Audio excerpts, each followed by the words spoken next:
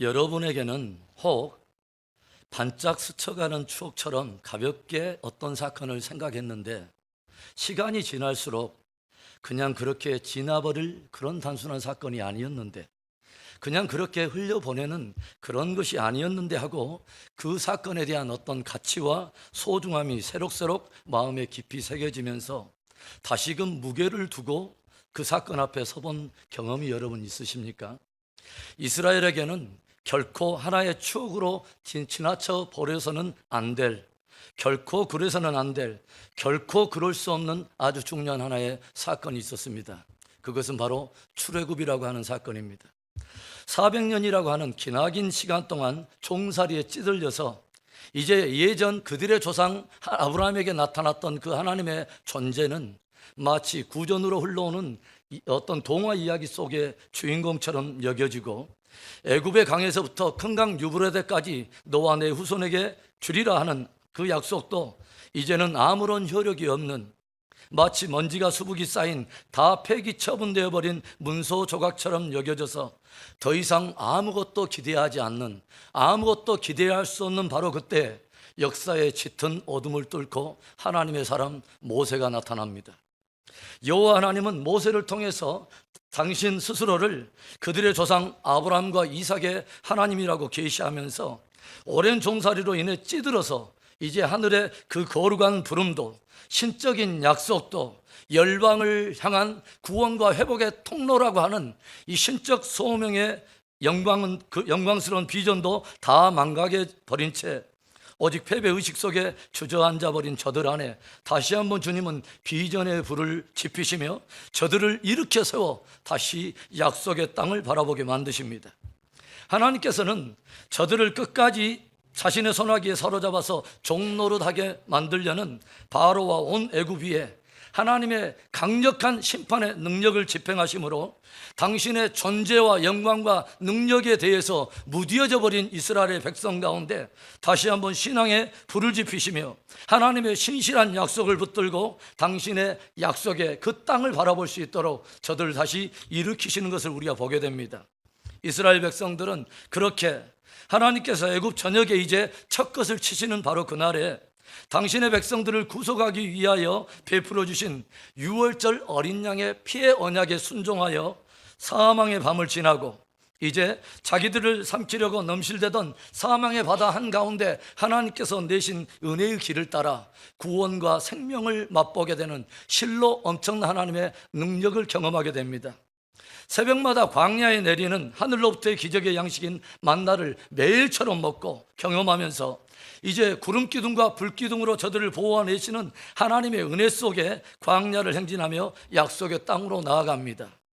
그런데 여정 속에서 경험하게 되는 크고 작은 어려움을 겪으면서 저들은 과거에 베풀어 주신 그 큰 영광스러운 은혜도, 그리고 열방 가운데 구원과 축복을 흘려보내야 될 왕같은 제사장이라고 하는 신적 그 소명적 비전도 다 팽개쳐 버리고 다시 바로를 기억하기 시작하고 종살이를 그리워하고 가마솥에서 고기 몇 덩이 주워 먹고 부추를 집어먹던 그 시절을 동경하기 시작하더라고 하는 것이죠.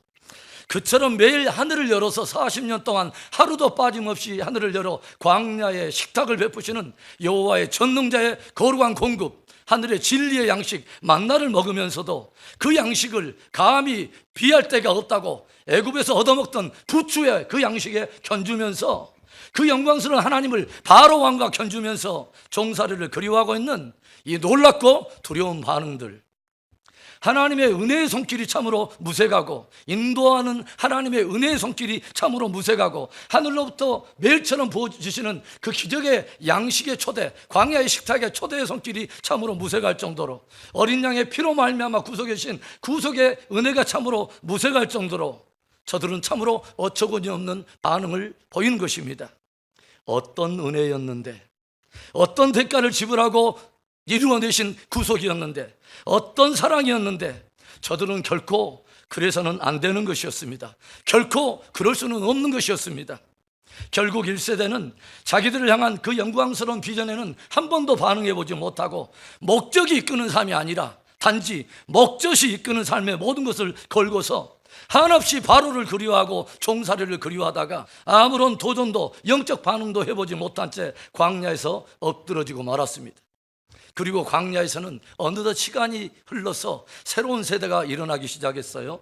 하나님의 영광스러운 소명을 붙들고 일어난 그 거룩한 세대, 여전히 도전이 있고 앞에 범람하는 요단이 저들을 기다리고 있고 철병거로 무장한 적들이 저들을 기다리고 있지만 자신들과 함께 하신 하나님의 영광과 능력이 어떠한 것을 알기 때문에 단 한 번도 대가 지불도 하지 않고서 포기하기에는 너무도 영광스러운 거룩한 부름이기 때문에, 아니 모든 생명을 불사하고 모든 것을 지불하고로서도 반드시 성취해야 될 그 비전이기에 믿음으로 반응하며 기꺼이 요단을 건너 오늘 여리고 앞에 서 있는 한 세대를 우리는 보게 됩니다. 저는 불과 한 달 전에 여리고를 정복하라고 하는 주제를 가지고 이 본문의 말씀을 여러분과 나눈 적이 있어요. 그런데 제 안에 이 말씀을 단지 한 번에 설교한 것으로만 흘려보내버리기에는 그 안에 너무도 귀한 영적 진리가 묻어있다고 하는 부담이 새록새록 제 마음속에 피어올라서 오늘 설교 제목처럼 다시 한번 여러분과 함께 여리고 앞에 서게 되었습니다. 저는 오늘 본문을 기도라고 하는 영역에서 다시 한번 접근해 보고 싶습니다. 말씀을 나누는 가운데 하나님의 거룩한 기름 부음과 큰 은혜와 도전의 시간 되기를 주의 이름으로 축원합니다. 오늘 본문이 우리에게 던져지는 첫 번째 도전적인 질문은 무엇이냐면 당신의 여리고는 무엇인가 하는 것입니다. 당신에게는 여리고가 있는가? 그렇다면 그 여리고는 무엇인가 하는 질문입니다. 이스라엘 백성들에게 있어서 여리고라고 하는 그 성의 정복은 단순히 한 성을 정복한다는 그 훨씬 이상의 의미가 있었다는 것을 우리는 깊이 새길 필요가 있어요.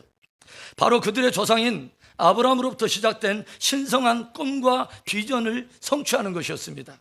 내가 가나안 일경을 너와 내 후손에게 주리라 했던 하나님으로부터 주어진 그 영광의 약속의 첫 열매를 성취하는 것이었어요.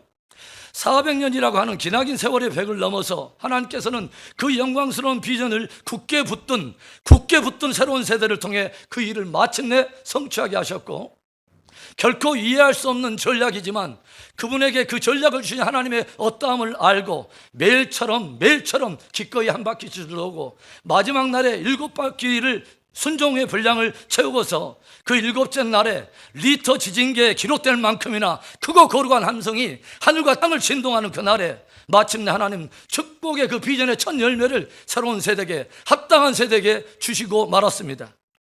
하나님의 약속을 받은 이후에 400년이라고 하는 시간을 지나서 새로운 세대에 의해서 이 난공불락의 이중벽이 무너져 버렸다고 하는 이 사건은 하나님의 언약은 결코 연대기적 시간에 제약받지 않는다는 것을 우리에게 도전합니다.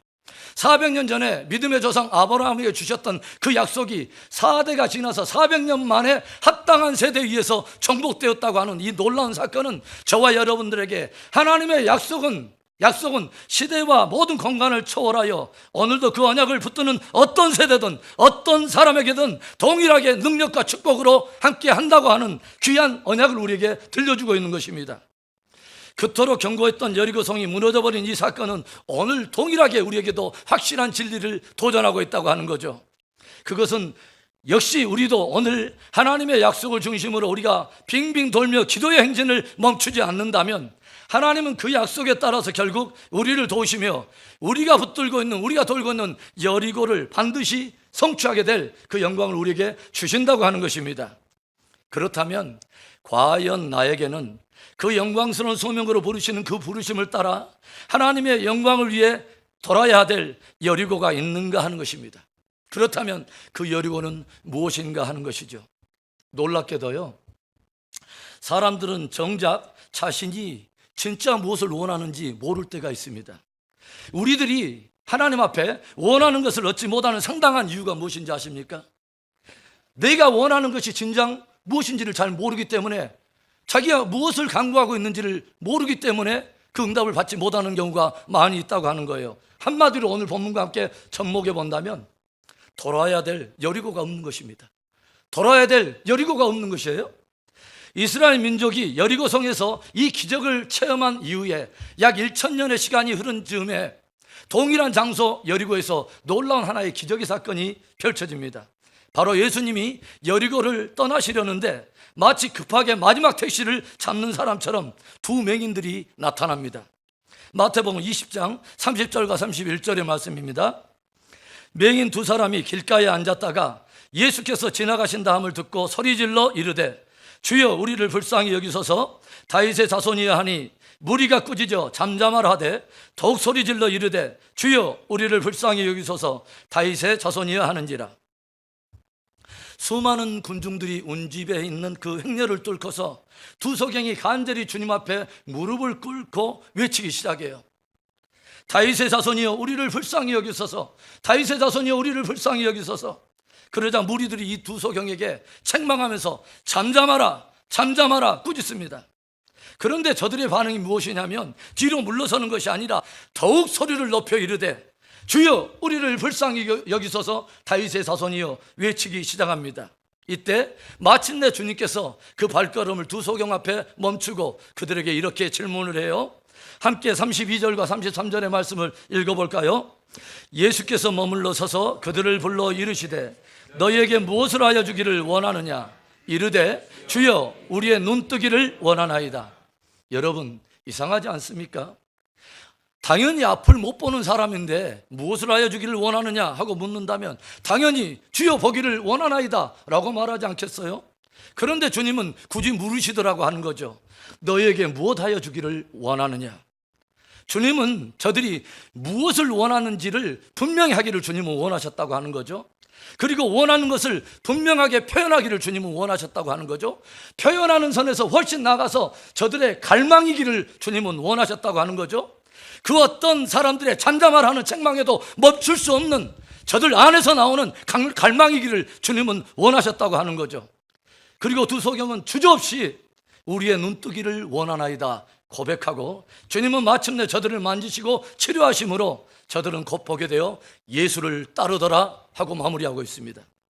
여러분은 여리고를 지나는 예수님을 붙들었던 두 소경이 그 붙들었던 것처럼 오늘 예수님을 붙들어야 될 뚜렷한 이유와 목적이 여러분 있습니까? 확실한 기도 제목이 있습니까?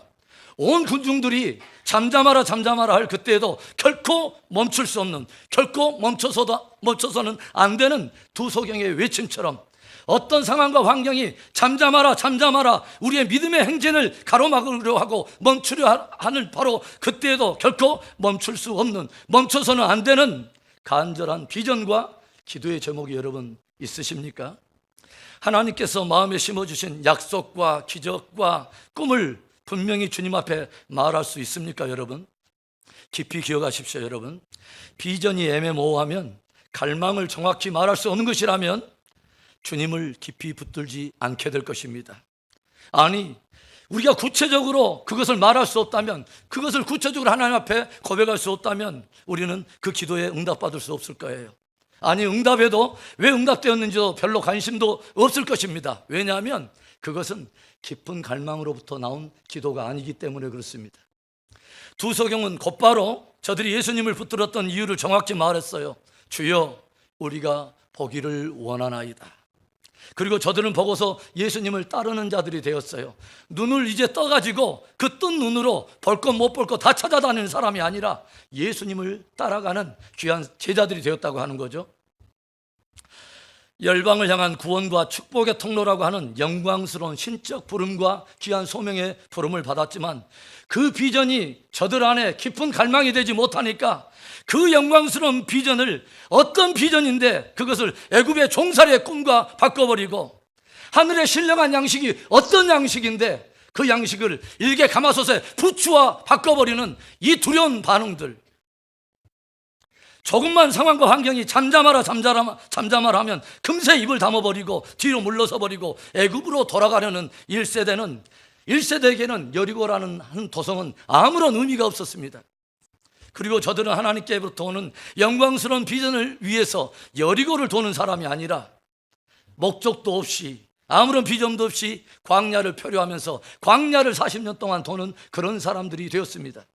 사랑하는 여러분, 오늘 주님께서 만일 저와 여러분에게 내게 무엇하여 주기를 원하느냐 물으실 때에 결코 멈출 수 없는, 그 무엇도 나를 잠재울 수 없는, 그 무엇도 나의 도는 믿음의 행진을 가로막을 수 없는 나의 여리고, 바로 이것을 원하나이다 라고 말할 수 있는 그 여리고가 있습니까?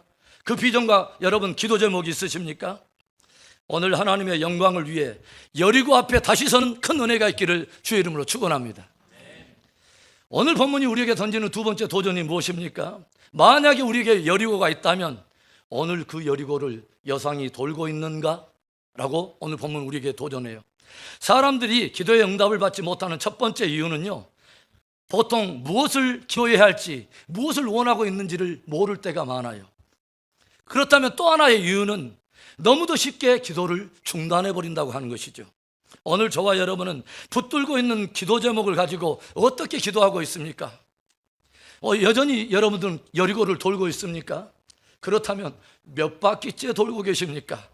몇 바퀴 돈다고 하는 문제는 횟수의 문제가 아니에요. 사실은 갈망과 간절함의 문제인 것입니다. 잠잠하라 꾸짖는 군중들 앞에 두 소경은 나아가고 또 나아가고 외치고 또 외쳤습니다. 저들의 갈망과 간절함의 문제인 거죠. 여리고를 돌던 이스라엘 백성들 역시 약속의 그 땅에 대한 갈망과 간절함이 있었기 때문에 기꺼이 순종의 분량을 채우며 돌고 또 돈 것입니다. 갈망과 간절함의 문제인 것이죠. 불의한 재판관임에도 불구하고 그 불의한 사람을 매일처럼 찾아드는 이 한 과부의 매일처럼 찾아드는 그 방문은 바로 간절함의 문제인 것입니다.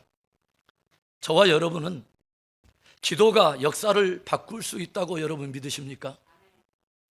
그 말은 하나님께서 당신의 주권적인 역사를 써가실 때 감히 우리의 기도를 사용하셔서 당신의 역사를 써가신다고 하는, 우리의 기도가 하나님의 역사의 일부가 될 수 있다고 하는 것을 여러분 확신하십니까?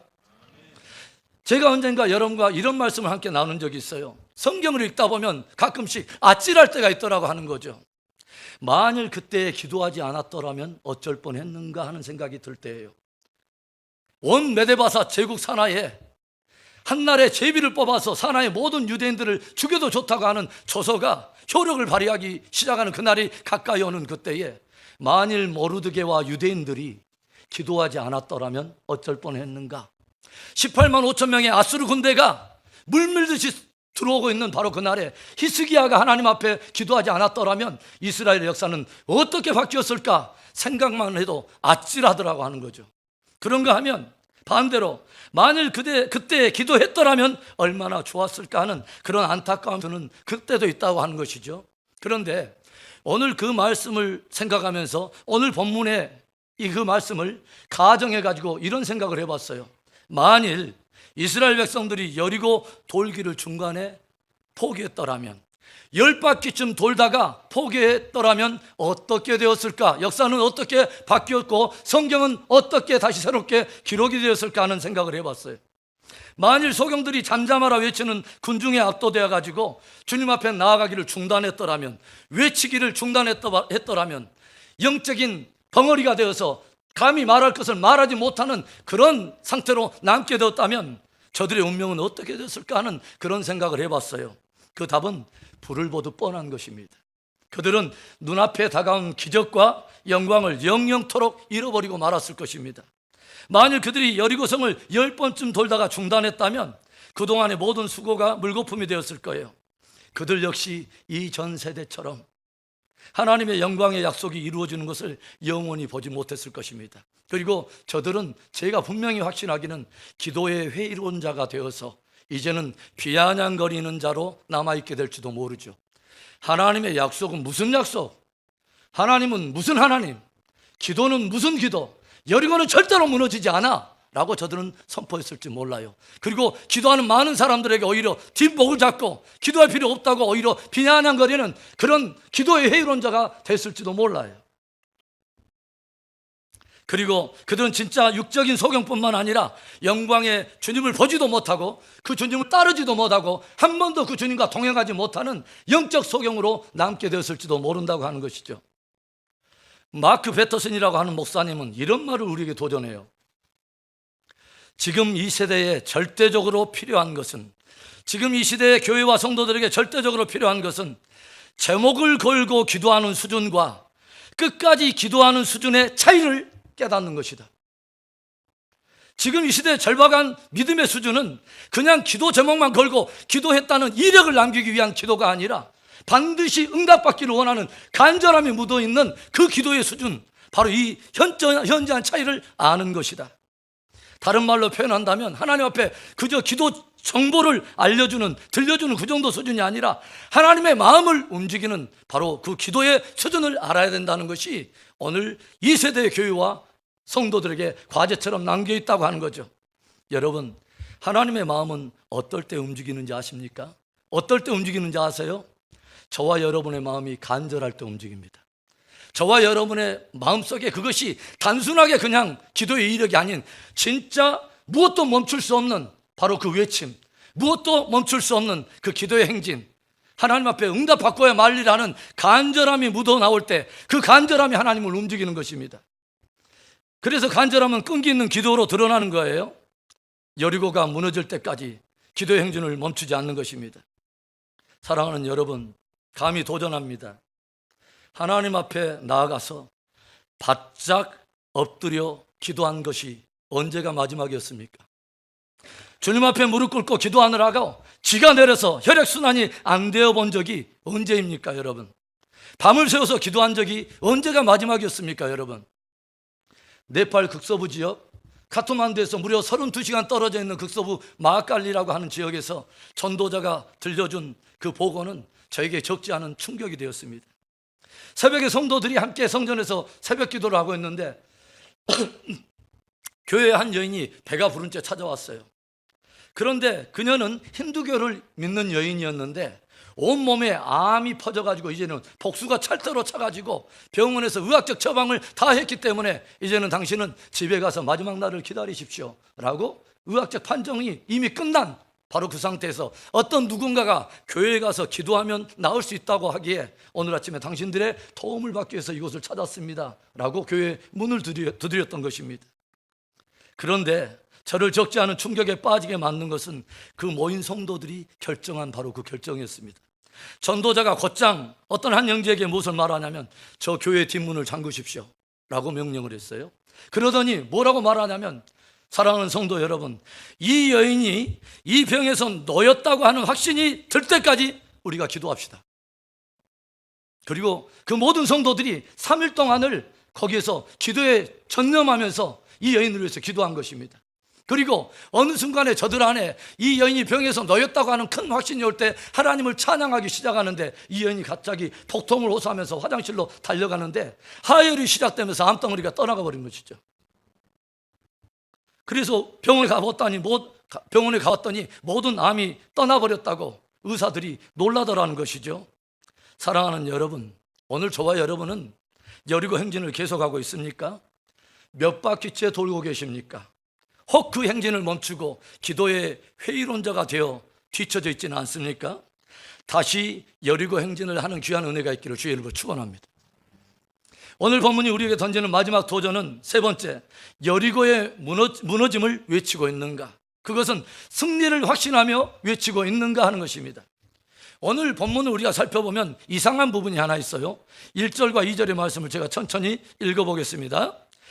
이스라엘 자손들로 말미암아 여리고는 굳게 닫혔고 출입하는 자가 없더라. 여호와께서 여호수아에게 이르시되 보라, 내가 여리고와 그 왕과 용사들을 내 손에 넘겨주었으니 너희 모든 군사는 그 성을 둘러 성 주위를 매일 한 번씩 돌되 엿새 동안을 그리하라. 이스라엘 백성들이 여리고 앞에 도착했는데 여리고의 성문은 굳게 닫혀 있고 흐르는 미묘한 긴장 속에 출입하는 사람이 한 사람도 없습니다. 그런데 이때 하나님께서 어떤 말씀을 들려주시냐면, 보라, 내가 여리고와 그 왕과 그 모든 용사들을 너희의 손에 넘겨주었으니, 넘겨줄 것이니 미래형이 아니라 넘겨주었으니 하고 과거형 완료형으로 주님은 끝내버리셨어요. 그래서 내가 여리고와 그 왕과 용사들을 내 손에 넘겨주었으니 하는 그 약속을 이미 하나님의 백성들은 가지고, 이미 끝을 가지고 저들은 돌기 시작했다고 하는 것이죠. 돌 때 하나님 무너지게 해주세요, 무너지게 해주세요가 아니라 이미 이미 끝을 선포하신 그 약속을 가지고 하나님 마침내 이 성을 우리에게 주셨음을 감사합니다 하고 믿음의 기도와 더불어서 하나님을 찬송하는 찬양의 마음을 가지고 확신 속에서 돌기 시작했다고 하는 거죠. 진짜 믿음의 기도를 하는 사람은요, 그 약속을 이미 이루신 하나님을 찬송할 수 있을 것입니다. 이미 주님께서는 약속하셨다면 그 자체가 이미 끝이기 때문에 태초부터 마지막 종말을 예언하시는 우리 하나님, 태초부터 영혼의 마지막을 주님은 우리에게 들려주신 그 하나님은 기도의 약속을 주시자마자 주님은 그 약속을 나의 약속으로 비전으로 붙드는 사람들에게는 이미 끝인 것입니다. 그래서 여러분 조용히 생각해 보면 그냥 여리고를 도는 사람과 끝을 이미 가지고 도는 사람은 굉장히 차원이 다른 기도를 하게 될 거라고 하는 것이죠. 그래서 날마다 저들이 여리고를 돌 때 마음속에 어떤 마음을 끊임없이 어떤 메시지를 가지고 돌았을까요? 하나님, 이거 무너지게 해주세요. 그런 기도를 하지 않았을 거예요. 오히려 뭐예요? 하나님께서 주신 그 약속, 하나님, 이 성을 하나님께서 우리에게 주셨습니다. 하나님은 이 성을 우리에게 주셨다 계속 선포하면서 돌다가 마지막 날에 외치라는 그 날에는 딱 한 단어를 앞에 붙였을 거예요. 마침내 하나님은 이 땅을 우리에게 주셨다. 마침내라고 하는 그 단어. 엘리야 선지자가 갈멜산에서 우상 숭배를 추종하는 그 850명의 거짓 선지자들과 영적 대결에서 승리한 후에 3년 반 동안 이스라엘 땅을 덮고 있는 가뭄과 기근의 문제를 해결하기 위해서 산 위로 올라가는 바로 그 장면이 나오는데 우리에게 굉장히 어떤 충격적인 도전을 줘요. 열왕기상 19장 41절과 42절의 말씀입니다. 엘리야가 아합에게 이르되 올라가서 먹고 마시소서. 큰 비 소리가 있나이다. 아합이 먹고 마시러 올라가니라. 엘리야가 갈멜산 꼭대기로 올라가서 땅에 꿇어 엎드려 그의 얼굴을 무릎 사이에 넣고.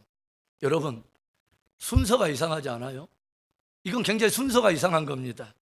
엘리야가 갈멜산에 올라가서 무릎 사이에 얼굴을 파묻고 간절히 기도하다가 감동이 오니까, 어떤 감동이 오니까 큰 비가 올 것입니다 라고 선포하지 않고 오히려 그 먼저 뭐요? 올라가서 먹고 마시소서. 큰 비의 소리가 있나이다 선포하고 나서 그리고 기도를 하기 시작한다고 하는 거죠. 이상한 순서 아닙니까? 엘리야는 이미 기도하기 전에 뭐예요? 큰 비의 소리를 듣고 있었다고 하는 거죠. 내 기도의 끝에 어떤 일이 일어날 것인가를 이미 확신하면서 선포하면서 기도했다고 하는 거죠. 그리고 올라가서 마침내 기도하기 시작했고 저 건너편 바다편에서 손바닥만한 구름이 서서히 떠오르기 시작했다고 하는 거죠. 여러분, 하나님께서 반드시 기도를 들으시고 응답할 것을 여러분은 믿으십니까? 이미 기도의 끝에 나타날 영광을 붙들고 기도하는 그 믿음의 수준이 있기를 바랍니다. 이미 무너진 여리고성을 이미 볼 수 있는 그 믿음의 눈, 이미 큰 비의 소리를 들을 수 있는 영적인 귀, 마침내 주님을 바라보고 통행하며 영광스러운 부름에 쓰임받는 그 영광의 그 비전들. 보라, 내가 여리고와 그 왕과 용사들을 내 손에 넘겨주었으니 주님께서 말씀하시는 그 끝을 확신하며 기도 응답을 선포하며 주님을 찬양할 수 있는 저와 여러분들 되시기를 축복합니다. 사랑하는 여러분, 모험과 헌신이었다면 기적과 영광도 없는 것입니다. 하나님의 영광과 신적인 소명적 부름을 위해 기꺼이 우리가 여리고를 직면하지 않는다면 약속의 땅이라고 하는 영광의 기업도, 그리고 열방의 구원과 축복을 흘려보내는 하나님의 동역자의 그 영광도 없는 것입니다. 며칠 전에 한 책을 읽다가 이 구절이 제게는 굉장히 도전이 됐어요. 조용히 귀 기울여 보십시오. 사실 꿈과 비전의 죽음은 교묘하게 위장된 우상 숭배이다. 왜냐하면 우리를 크신 꿈과 비전으로 부르신 하나님에 대한 믿음을 다 저버리고 대신 그분의 도움 없이도 이룰 수 있는 나만의 작은 꿈에만 안주하기 때문이다. 그것은 어떻게 보면 크신 하나님을 거부하고 우리의 한계 속에 갇혀져 있는 가짜 하나님을 쫓아가는 것이기 때문이다. 얼마나 도전이 되는지 몰라요? 1세기에 유대 땅에 어마어마한 기근이 찾아왔을 때 모든 사람이 발을 동동 구르며 그 가뭄의 문제 때문에 하나님을 원망하면서 하늘을 바라보고 있던 한때에 혼이라고 하는 한 유대 선지자가 이 성전 그 마당 앞에 나타나고 광장에 나타났어요. 그리고 이 사람은 큰 지팡이 하나를 들더니 자기를 중심으로 그 지팡이로 컴파스에 어떤 원을 그리듯이 빙글 돌면서 원을 하나 그렸습니다. 그리고 하나님을 향하여서, 하늘을 향해서 이렇게 기도합니다. 모든 사람들이 그 기도를 들을 수 있도록 이렇게 기도했습니다. 하나님, 나는 하나님께서 비를 내리기 전까지는 이 원 밖을 떠나지 않겠습니다 하고 하나님께 기도를 해요. 그리고 이 혼이를 원 밖으로 끌어내려는 많은 유혹과 참소가 외부에서, 그래도 내면 안에서 들리기 시작합니다. 네가 무슨 대단한 사람이라고, 네가 그렇게 기도하다가 쪽팔리는 상황이 일어나면 어떻게 하려고, 여러 가지 많은 미혹과 참소가 외부에서, 내면에서 일어나더라고 하는 거죠. 그런데 이 혼이가 그 원밖을 벗어나지 않고 간절하게 하나님께 기도하는데 며칠이 흐를 때 갑자기 하늘에서 갑자기 비가 내리기 시작합니다. 부슬부슬 비가 내리기 시작해요. 이때 혼이가 지팡이를 계속 땅을 두드리면서 하늘을 바라보면서 울부짖기 시작합니다. 하나님, 내가 원하는 비의 수준은 이 정도가 아닙니다. 주님, 내가 원하는 비의 수준은 이 정도가 아닙니다. 그런데 저 멀리서 먹구름이 갑자기 온 하늘을 덮더니 가히 정말 폭우가 쏟아지기 시작하는데 그 한 번의 비로 모든 몇 년의 모든 가물이 해갈되고 말았습니다. 그 이후로 모든 유대인들의 가슴 속에는 혼이의 전설이라는 게 생겼습니다. 바로 원을 그리는 자, 원을 그리는 자. 오늘 우리 가운데 과연 누가 내 가정을 위해서, 이 세대를 위해서, 우리의 공동체를 위해서 원을 그릴 것입니까? 기꺼이 모든 사람이 발을 동동 구르는, 바로 그때 발을 동동 구르는 자가 아니라 하나님 앞에 하나님의 신실하신 끝을 바라보면서 원을 기꺼이 그릴 자가 누구입니까? 사랑하는 성도 여러분, 오늘 저와 여러분에게는 여리고가 있습니까? 그 무엇도 나를 가로막을 수 없는, 그 무엇도 나의 행진을 가로막을 수 없는 하나님 앞에 표현할 뿐만 아니라 갈망을 외칠 수 있는 바로 그 여리고가 있다면 그것은 무엇입니까? 그리고 오늘 그 여리고를 여전히 돌고 계십니까? 이미 승리의 빗소리를 듣고 계십니까? 이미 무너진 여리고를 확신하십니까? 저와 여러분에게도 이런 기도의 영성이 기름 부어지고 큰 기도의 승리가 있기를 주의 이름으로 축원합니다. 기도하겠습니다.